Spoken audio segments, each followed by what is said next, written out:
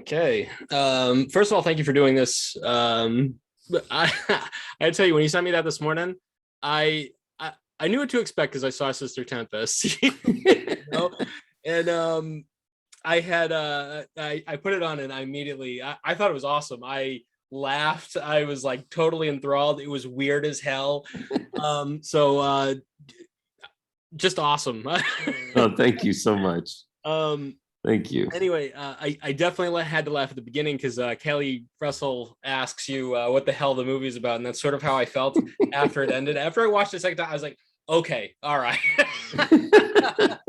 But do you want to provide a synopsis for people that are about to see it at the festival? I mean, as simple as possible, it's just a demented children's show. If you want to just keep it simple, about this guy, Uncle Bobo, who teaches children where oil comes from, which is basically from the blood of the dinosaurs. And that's just a simple version. The non-simple version, it's just a big existential crisis, is really what it is.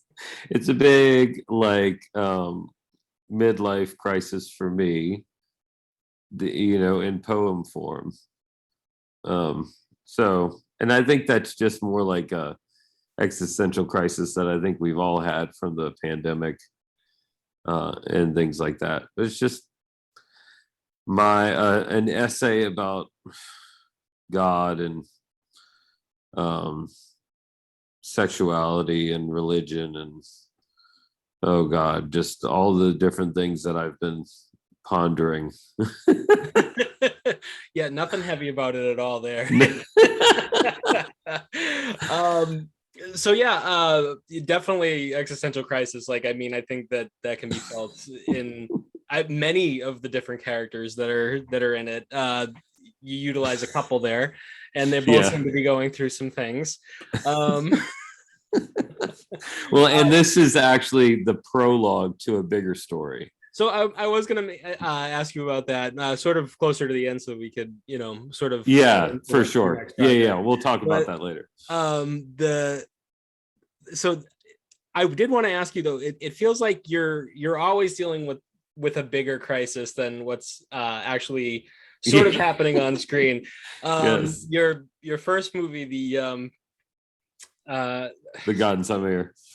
Yeah, the God Inside My Ear. The she's dealing with a breakup, and it just becomes like otherworldly. Yes. Sister Tempest, her sister goes missing or runs away, and it's that becomes a whole nother thing in itself. Yes.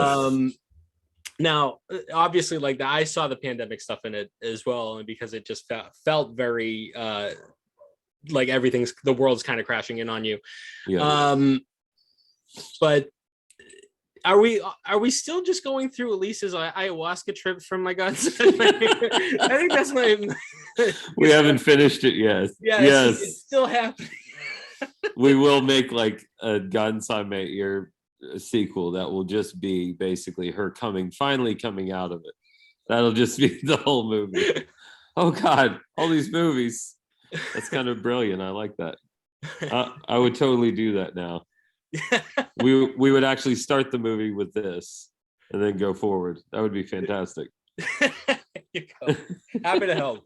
No problem. But also I wanted to ask you artfully utilize like a lot of toys and things at the very start of this movie. First of all, I love it because you get this miniature-esque sort of Terrence Malick version of the world opening before it goes into anything. And then all of a sudden it's this sort of Wes Anderson nightmare.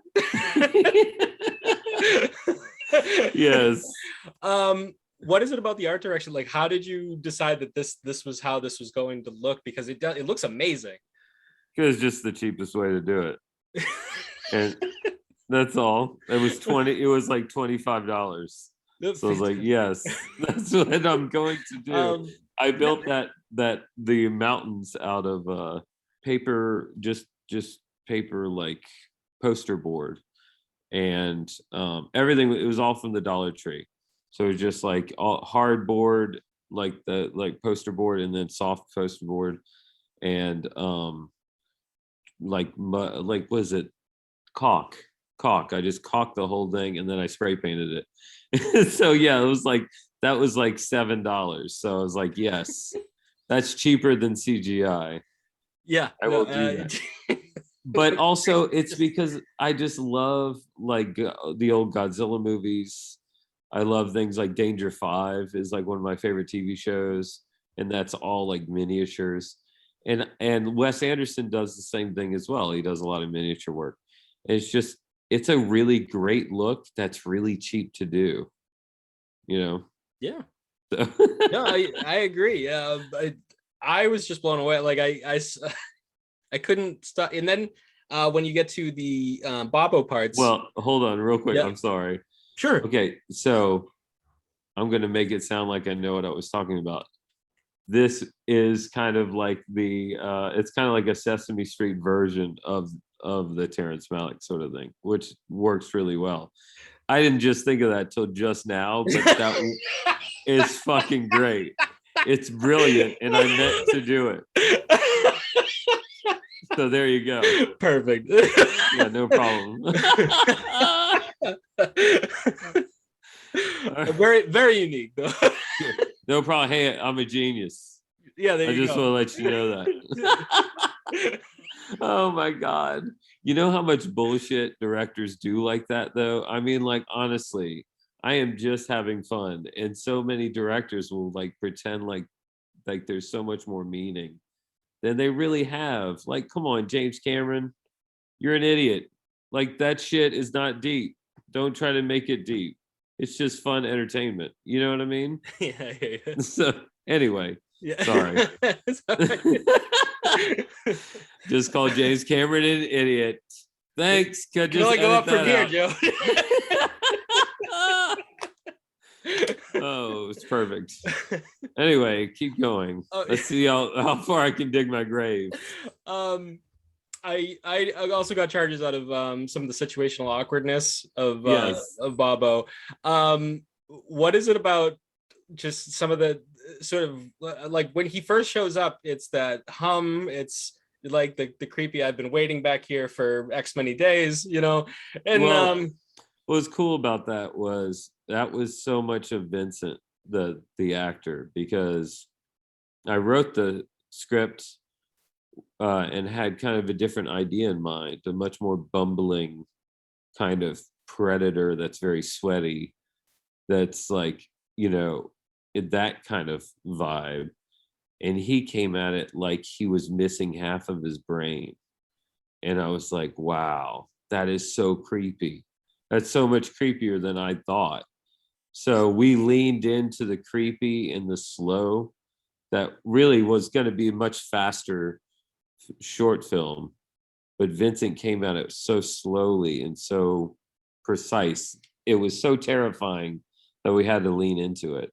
Like the whole scene with the Vincent, like, or Uncle Bobo, like ripping the baby doll head off, and it's like in the dark room.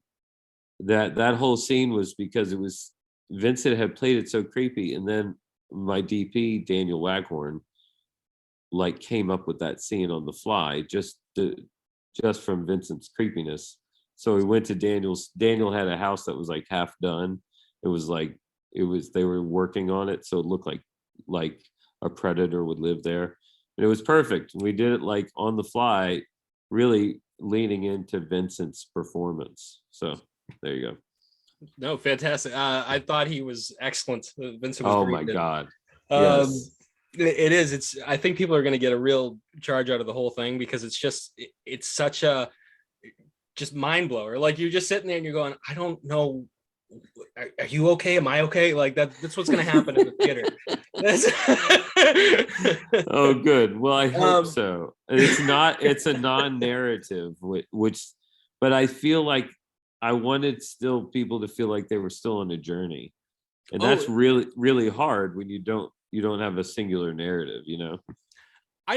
So I think it is. And I think that goes back to, you know, we were talking about Terrence Malick. That guy doesn't always do things correctly either. Right. This movie, I I felt like I had an idea, like even after it ended, and I was kind of like, I don't know what I just watched. At least I had some sort of idea. I was like, it's definitely like a midlife crisis. There's something going on here. Yeah. And on the second playthrough, I definitely was connecting dots. I saw religional aspects, and I saw pandemic aspects for sure. Like it's just all there. It's very deep. It's very like thrown in there, but it's I also feel like your other works do that too, though. Like there's all religion aspects are in, I think, all of your films. All of them. Yeah. So I didn't feel like it was far off from those. And by the end of it, when you do mention, we didn't even get to your part, Kaylee. Right. You go, okay, so first of all, there's more coming. And when I got to that, when you said that there was more coming, I felt like Monty Python's The Meaning of Life. Right. You know, like I felt like this was going to be a chapter thing. And I don't know how many chapters there are, but I hope this goes on forever. Well, there's going to be at least 3 more chapters, and we filmed it all, and we're editing it right now. And it was gonna just be another short film that was gonna be like 30 minutes instead of like 17. But we just shot so much that, and we're adding more into it. Like I don't want to go too far without feeling like I'm spoiling the style, but it's basically a movie inside of a movie, inside of another movie, inside of a book, inside of the behind the scenes of what's really happening. And then it all wraps together, and all those stories kind of converge in a weird way. All right, no, I'm on board. So, it was fun. Well, it was funny because while we were shooting, I was like really adamant about getting as much behind the scenes footage as possible, and nobody really understood. I was trying to explain to them, it's going to be like the main story is us just shooting the movie, and then we're going to go into the next layer of the film, and then go down deep, and then come back into reality again. And no one understood. Not even sure if I understand, but I kind of have an idea. So you're like inceptioning movies. yes, exactly. Okay. There's lots of incepting. Yes. As long as it's weird as hell, I'm probably going to be there for it. Just it's going to be real strange. All right. Is there anything that you want to tell us about the upcut, like the Wheel of Heaven? Just sort of the plot or anything? Do you want to divulge any more information about it? Yeah, it's basically like the main core short, the main core story is this woman that's a mechanic, and she buys a kind of choose your own adventure kind of book. We can't call it that, but we call it Determine Your Own Destiny. And the book's called Wheel of Heaven. And so she goes and reads the book. And so you're watching the movie be filmed on one end, and then you're watching her go into the book on the other end. And then there's a couple layers deep on both sides of that, because there's also a mentally challenged woman that is also an artist who is creating the story about her as a captain of a spaceship. And so that's also happening, and that actually converges into the other stories, and they kind of fly in and out of one another. So that's basically what's happening. And so all the main female characters in all those different stories are all played by Callie Russell, and then all the main male characters in all those various stories are played by Jeff Pearson. So there's like 2 main actors that tie all these stories together by playing different characters. Yeah. So there you go. So yeah, the main theme really is kind of the death of misogyny. That's really the main theme. And that's really something that I've dealt with in my own life, being a Generation X kind of guy, and having to like, like you grow up and the world changes and you realize how wrong you are in a lot of ways, so like you realize how misogynist you are, and there's like a lot of things that need to be changed, and that's kind of me dealing with that in a nutshell. Also a giant existential crisis all the way around it, So there you go. Just a lot going on. Yes. I think, I think that's, first of all, I think that's great, because I think that we all deal with that. We all grow up. I think we all grew up in a certain way with a certain way of thinking. We definitely believe in the values of our parents and things like that. And they get thrown onto us, and then we grow up and we have to change our own ways to move forward. So I think that's fantastic, to incorporate any of that, because that seems very personal. Yeah, well, every one of my films really has been just kind of masked with a lot of sugar and weirdness. So, like, because I like that saccharine coated. It's just something like all the puppet show stuff and all the weird art show stuff. It's just like great masks to hide behind. It's instead of just telling autobiographical stories that are like so personal that you'd be embarrassed to show anyone, this gives it a personality of its own, and people can interpret it however they want to. But the problem with that is it's like not commercially viable at all. So there you go. I'm just making movies for my own pleasure, I guess. Well, I've been watching them, so you got one fan. Thanks so much. It's like there's that old saying that it's men will do anything not to go through therapy, and that's exactly what this is, and it's so embarrassing. It is. So there you go.